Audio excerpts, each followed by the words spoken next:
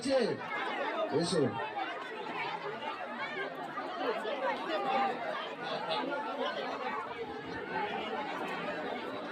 বাড়ি ধুলো দেওয়া শেষ হয়েছে। এবার মায়েরা আস্তে আস্তে যে একটা নামাতে যারা ধুলো পড়েছ তারা আস্তে আস্তে নামিয়ে গেল।